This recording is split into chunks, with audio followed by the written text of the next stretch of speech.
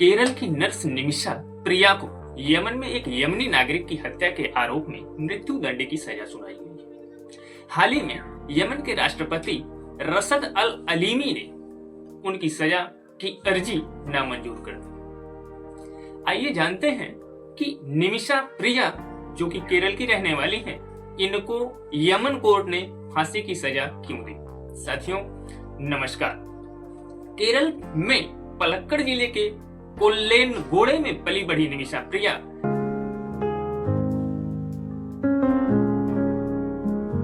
अपने सपनों की उड़ान भरने पहुंची यमन।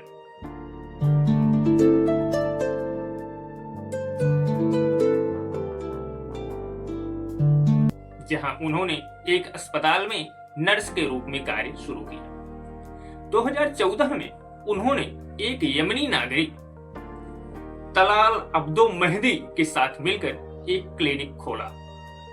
यमन के कानून के मुताबिक केवल वहां के नागरिक ही क्लिनिक, कंपनी, फैक्ट्री इत्यादि स्थापित कर सकते हैं। इसलिए उन्होंने उसको अपना क्लिनिक पार्टनर बना लिया। कुछ समय बीतने के बाद मेहदी इनको ब्लैकमेल करने लगा।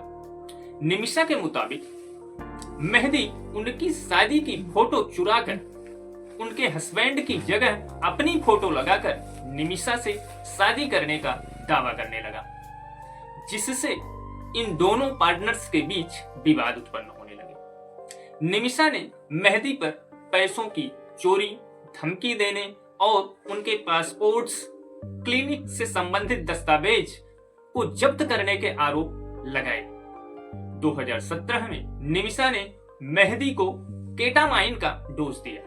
केटामाइन के डोज से तात्पर्य यह है साथियों कि इससे जो है व्यक्ति को एनेस्थीसिया यानी बेहोश करने में, पेन किलर या फिर डिप्रेशन के ट्रीटमेंट के लिए इसका यूज करते हैं, जिससे मेहदी की मृत्यु हो गई क्योंकि डोज जो है वो ज्यादा हो गया। निमिषा का दावा है कि उनका उद्देश्य केवल मेहदी को बेहोश करके अपने दस्तावेज वापस लेना था, परंतु मेहदी की तो मृत्यु हो गई। 2020 में सना जो कि यमन की राजधानी है कि एक ट्रायल कोर्ट ने इनको मृत्यु दंड की सजा सुनाई, जिससे यमन की सर्वोच्च न्यायिक परिषद नवंबर 2023 में बरकरार रखा। हालांकि सर्वोच्च न्यायिक परिषद ने ब्लड मनी का विकल्प खुला रखा था।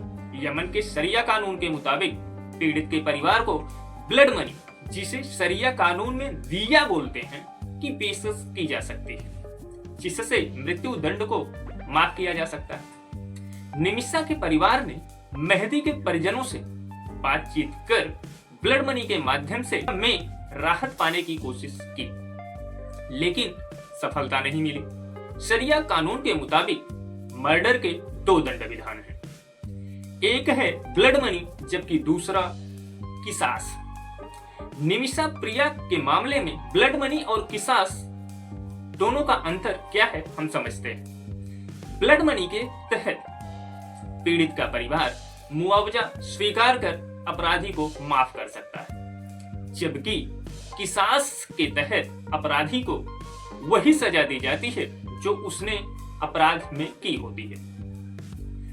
अब प्रश्न बनता है कि इसमें भारत सरकार का क्या एंड है।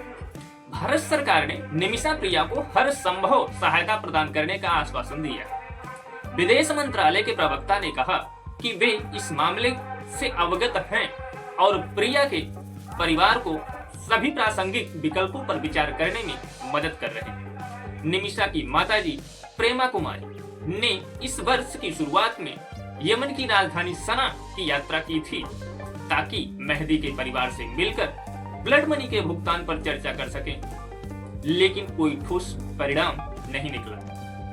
रिपोर्ट्स के मुताबिक निमिषा को 1 महीने के भीतर फांसी दी जा सकती है, जिससे उनका परिवार बेहद दुखी है, बेहद चिंतित है।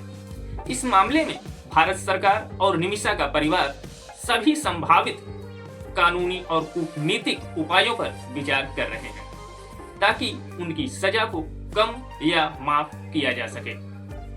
साथियों, एक व्यक्ति जो कि भारत का है केरल से निकल करके यमन को जाता है, अपनी रोजी रोटी तथा अपने नाम को कमाने, लेकिन उनके साथ एक ऐसी दुर्घटना घटित होती है कि आज उनका परिवार, पूरा देश तथा साथ ही साथ वो एक ऐसे केस में फंस जाती हैं जिनका आज कोई विकल्प ही नहीं है। साथियों, निमिषा प्रिया के बारे में आप क्या कहेंगे? आप अपनी राय को कमेंट बॉक्स में जरूर दें। वीडियो आपको अच्छी लगी हो तो वीडियो को शेयर कीजिएगा, चैनल को सब्सक्राइब कर हमसे जुड़ जाइएगा। जय हिंद साथियों।